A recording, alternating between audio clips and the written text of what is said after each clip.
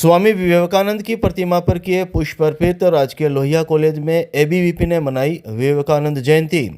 चूरू के राजकीय लोहिया कॉलेज में अखिल भारतीय विद्यार्थी परिषद द्वारा रविवार को स्वामी विवेकानंद की 162वीं जयंती पर उनकी प्रतिमा पर पुष्प अर्पित किए और विवेकानंद वाटिका में सफाई कर स्वच्छता का संदेश दिया।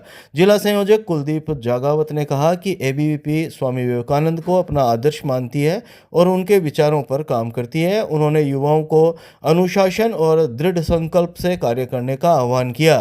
विभाग संयोजक लक्ष्मण प्रजापति ने युवाओं से अपील करते हुए कहा कि वे स्वामी विवेकानंद के विचारों को पढ़ें और उनसे प्रेरणा लेकर राष्ट्र निर्माण में योगदान दें। प्रांत कार्य समिति सदस्य नीरज चौधरी ने कहा कि स्वामी विवेकानंद ने अपने आध्यात्मिक ज्ञान से युवाओं को यह संदेश दिया कि भारत की संस्कृति का संवर्धन ही देश के पुनर्निर्माण का मार्ग है। उन्होंने युवाओं से भारत के पुनर्निर्माण के लिए सतत प्रयास करते रहने का आह्वान किया।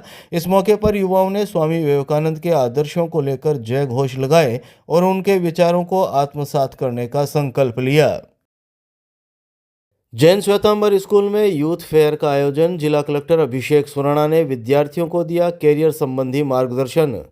चूरू के श्री जैन श्वेतांबर तेरापंथी बाल विहार विद्यालय द्वारा स्वामी विवेकानंद की जयंती के उपलक्ष्य में यूथ फेयर 2025 का आयोजन बड़ी धूमधाम से किया गया।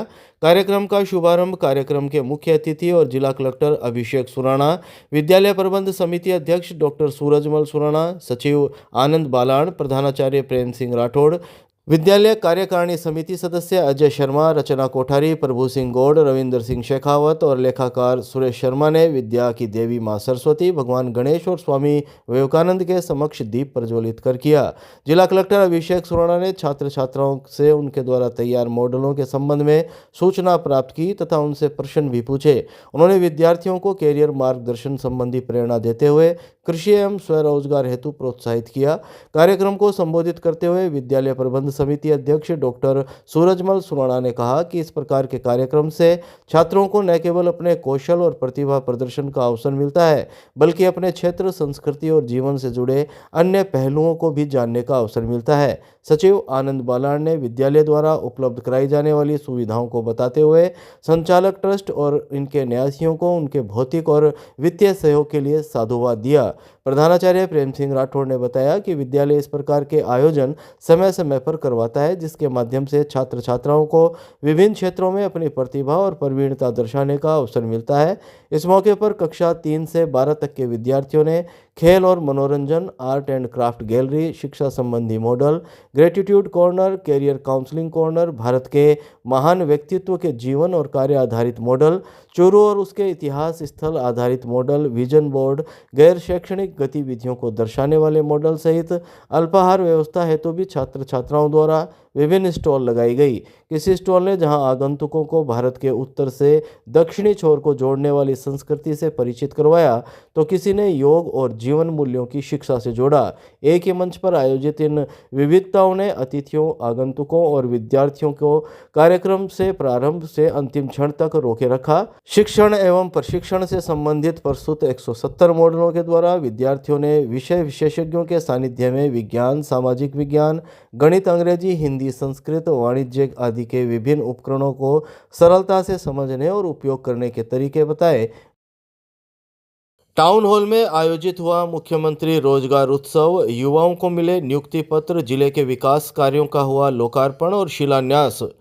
चूरू जिला मुख्यालय स्थित मातुश्री कमला गोयन का टाउन हॉल में रविवार को जिला स्तरीय मुख्यमंत्री रोजगार उत्सव का आयोजन हुआ। कार्यक्रम में विधायक हरलाल सारण, जिला कलेक्टर अभिषेक सुराणा सहित अतिथियों ने नवनियुक्त कर्मचारियों को नियुक्ति पत्र तथा वेलकम किट प्रदान किए। इस मौके पर मुख्यमंत्री भजनलाल शर्मा ने चूरू जिले के 13 कार्यों का वर्चुअल लोकार्पण तथा 105 कार्यों का शिलान्यास किया। जिले के 244 नवनियुक्त कार्मिकों को नियुक्ति पत्र प्रदान किए गए। सूचना एवं जनसंपर्क विभाग द्वारा शाम 6 बजे जारी प्रेस नोट के मुताबिक समारोह को संबोधित करते हुए मुख्य अतिथि विधायक हरलाल सारण ने कहा कि राज्य सरकार ने अपनी घोषणाओं के अनुसार युवाओं के लिए रोजगार के अवसर मुहैया करवाए हैं। उन्होंने चूरू में बजट घोषणा अंतर्गत हो रहे विभिन्न विकास कार्यों का जिक्र करते हुए कहा कि मुख्यमंत्री भजनलाल शर्मा ने पहले ही बजट में चूरू के लिए जो घोषणाएं की, उनके क्रियान्वयन से जिला विकास की रफ्तार पकड़ रहा है। कृषि महाविद्यालय के लिए 110 बीघा भूमि आवंटित की गई। ROB, RUB, GSS, ring road सहित समस्त कार्य होने से चूरू विकास की ओर उन्मुख होगा। चूरू प्रधान दीपचंद राहड़ ने राज्य सरकार की विभिन्न योजनाओं और चूरू जिले में हो रहे विकास कार्यों की चर्चा की। विशिष्ट अतिथि बसंत शर्मा ने कहा कि मुख्यमंत्री भजनलाल शर्मा के नेतृत्व में युवाओं को रोजगार देने की दिशा में नए आयाम स्थापित किए जा रहे हैं। कार्यक्रम में जिले में नवनियुक्त टीआरए, सीएचओ, जूनियर अकाउंटेंट, अध्यापक आदि को नियुक्ति पत्र प्रदान किए गए। इस दौरान एडीएम अर्पिता सोनी, सीईओ श्वेता कोचर, उप प्रमुख महेंद्र न्योल, दीनदयाल सैनी, सुरेश सारस्वत, चंद्र प्रकाश शर्मा, सहायक निदेशक रोजगार वर्षा जानू, जेडीआईटी नरेश टोहानिया आदि मौजूद रहे। संचालन शिव कुमार शर्मा ने किया। पंखा रोड स्थित मरूधर पेट्रोल पंप पर पोष बड़ा कार्यक्रम आयोजित। पेट्रोल डीजल लेने आए लोगों को खिलाए गर्मा गर्म बड़े पकोड़े। चूरू के पंखा रोड स्थित मरूधर पेट्रोल पंप पर रविवार को मकर संक्रांति पर्व के उपलक्ष्य में पोष बड़ा कार्यक्रम का आयोजन किया गया। इस मौके पर सुबह से शाम तक पेट्रोल पंप पर ईंधन भरवाने आने वाले सभी वाहन चालकों को गर्मा गर्म बड़े पकोड़े खिलाए गए। वाहन चालकों और स्थानीय लोगों ने बड़े उत्साह के साथ पोष बड़ा का आनंद लिया। पेट्रोल पंप संचालक प्रीतम सिंह घिंटाला ने बताया कि पोष बड़ा का आयोजन हर वर्ष किया जाता है, जिसमें सभी सहयोगी मिलकर इस कार्यक्रम का आयोजन करते हैं। उन्होंने बताया कि यह आयोजन आपसी सौहार्द और सेवा भावना को प्रोत्साहित करने का एक माध्यम है। प्रमोद जांगिड़ ने बताया कि आयोजन सिर्फ एक परंपरा नहीं बल्कि श्रद्धा और धर्म का प्रतीक है। हर साल सामूहिक रूप से इसका आयोजन किया जाता है। इस मौके पर रुघाराम घिंटाला, सचिन ढूकिया, योगेंद्र शर्मा, सतवीर पूनिया समेत मरूधर पेट्रोल पंप के सभी स्टाफ ने सक्रिय भागीदारी निभाई। बड़ा का कार्यक्रम हमारे द्वारा रखा गया मरूधर ट्रांसपोर्ट कंपनी की ओर से। हमारे जो कस्टमर है उनके लिए पेट्रोल भरवाओ और पोष बड़े का आनंद लो, इसीलिए हमने यह कार्यक्रम रखा है। माह में पोष बड़े पकौड़ों के साथ पेट्रोल भरवाइए, आनंद लीजिए मौसम का भी साथ में। चूरू के NH-52 रामसरा टीले पर हरियाणा से आए 2 टूरिस्टों से लाठी सरियों से मारपीट, 1 दर्जन स्थानीय लोगों ने की बेरहमी। पर्यटन को बढ़ावा देने के लिए जहां सरकार और चूरू जिला प्रशासन अनेक नवाचार कर रही है, वहीं चूरू के NH-52 रामसरा टीले पर रविवार को हरियाणा से आए 2 टूरिस्टों के साथ लाठी सरियों से मारपीट करने का मामला सामने आया है। 1 दर्जन से अधिक स्थानीय लोगों के द्वारा यहां इन दोनों से बेरहमी के साथ मारपीट की वारदात को अंजाम दिया गया। ऐसा पहली बार नहीं है जब यहाँ इस तरह की वारदात हुई हो। इससे पहले भी रामसरा टीले पर घूमने आए लोगों के साथ मारपीट की घटना सामने आ चुकी है। इधर घायल दोनों युवकों को चूरू के राजकीय भरतिया जिला अस्पताल के आपातकालीन वार्ड लाया गया, जहां सदर थाना पुलिस ने घायलों के पर्चा बयान लिए हैं। दरअसल चूरू के रामसरा गांव के पास NH-52 पर एक रेतीला टीला है, जहां हाईवे की एक साइड में NHAI की जमीन पर गांव के लोगों ने कुछ दुकानें और झूले आदि लगा रखे हैं। इस रेतीले टीले पर घूमने के लिए और ऊंटों की सवारी करने के लिए बड़ी संख्या में स्थानीय और दूसरे राज्यों के लोग रुकते हैं। रविवार को हरियाणा राज्य के 20 वर्षीय साहिल और 30 वर्षीय सनी अपने दोस्तों के साथ सालासर बालाजी जा रहे थे। इस दरमियान ये लोग भी रामसरा टीला देखने के लिए रुके थे। यहाँ उनके स्थानीय लोगों से कहा सुनी हो गई। इसके बाद करीब 1 दर्जन से अधिक लोग हाथ में लाठी सरिया लेकर पहुंच गए और हरियाणा के इन युवकों के साथ मारपीट शुरू कर दी। घायलों ने बताया कि वह किसी तरह वहां से भागने भी लगे, लेकिन हमलावरों ने उनका पीछा करके मारपीट की। इस मारपीट में हरियाणा के 20 वर्षीय साहिल और 30 वर्षीय सनी घायल हो गए। दोनों घायलों को अस्पताल लाया गया, जहां उनका उपचार जारी है। सब हम हरियाणा से आए हैं और बाबा जी के दर्शन करने जा रहे थे। संडे रात उसका दर्शन करके आ जाएंगे, सुबह वापस आ जाएंगे। रास्ते में पहले कभी देखे नहीं थे, तो पहली बार आए थे। सोचा कि झूला झूल जाए, आते टाइम तो अंधेरा हो जाएगा, इब झूल कर चले जाओगे, क्योंकि ख्वाहिश हर किसी की हुआ है। और हम 2 जने 2 बिगे साइड में ये उस पर फोटो उतरवाने लग गए, गाड़ी भी चढ़ गए। वो आते ही बस इतना तो सोचा भाई इकट्ठे आ जाएंगे, इकट्ठे झूलांगे, चारों भाई आ रहे तो इकट्ठे झूलांगे। वो आते ही थप्पड़ मारने लगे मारा बगैर उसका। वो इकट्ठे हो गए, 20-25 जने इकट्ठे हो गए। हम बैठ गए, 2 जने उस साइड बैठ गए, 2 जने उस साइड बैठ गए। वही पाछा तो राड लेकर आए मारा पाछा है। मैं उड़ा उस साइड सालासर साइड जानते पेट्रोल पंप आवा है, पेट्रोल पंप का लैटरिंग में बढ़ गया। उनने क्या करया, यो भाई पाछा बैठ गया, इसका इतने मारे है, इतने मारे ही इस नाप देखने लग रहे वो कितनी चोट मार रखी है। ये जो रामसर टिब्बा है ना, इसे ही घटना है। मारपीट इसलिए करी, उनकी गाड़ी पे फोटो उतरवा थे, मैं फोटो उतरवा थे, हम तो झूलने आए थे भाई, पैसे दे हमारी इसके में, तो आते ही मारपीट करने लगे। ये रामसरा टीले की घटना है। जो हरियाणा टूरिस्ट यहाँ पर आए हुए थे, उनके साथ लगभग 10-12 आदमियों ने उनके साथ मारपीट की है। 2 व्यक्ति घायल हुए हैं, जिनको सरकारी अस्पताल में लाया गया है। जो इलाज जारी है और आगे कार्रवाई की जाएगी। साहिल और सन्नी घायल है। कहाँ के? हरियाणा की। पंखा रोड स्थित मंडेलिया हाउस ब्लॉक कांग्रेस कार्यालय में युवा कांग्रेस की प्रेस वार्ता, प्रवक्ता खोज कार्यक्रम यंग इंडिया के बोल की दी जानकारी।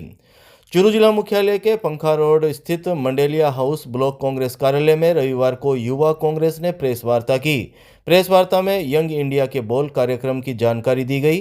प्रेस वार्ता में प्रदेश युवा कांग्रेस के प्रदेश सचिव और चूरू जिला प्रभारी जयदत्त जांगिड़ ने शाम 4 बजे करीब जानकारी देते हुए बताया कि यंग इंडिया के बोल प्रवक्ता खोज कार्यक्रम की चूरू में शुरुआत की गई है। इस वर्ष यंग इंडिया के बोल के 5वें संस्करण का मुख्य फोकस नशे की समस्या और बेरोजगारी से निपटने में विफलता पर होगा।